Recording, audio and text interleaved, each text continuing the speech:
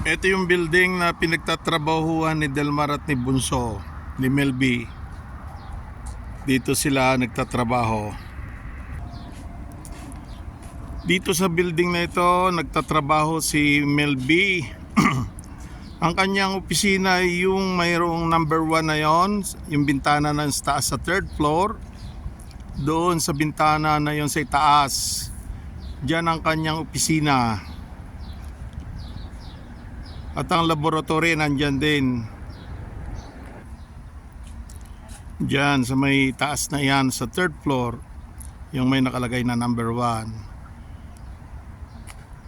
Doon naman sa dulo, doon sa kaduluduluhan, 3rd floor din. Doon naman ang operating room kung saan doon nagtatrabaho si Delmar, kanyang asawa.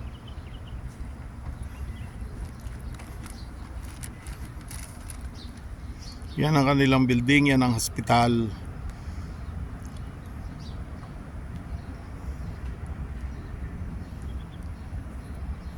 Pasyente. Ano? Di na tayo video mo rin yung saan ka tayo dumaan yung may tulay. Doon pupunta tayo doon sa may tulay.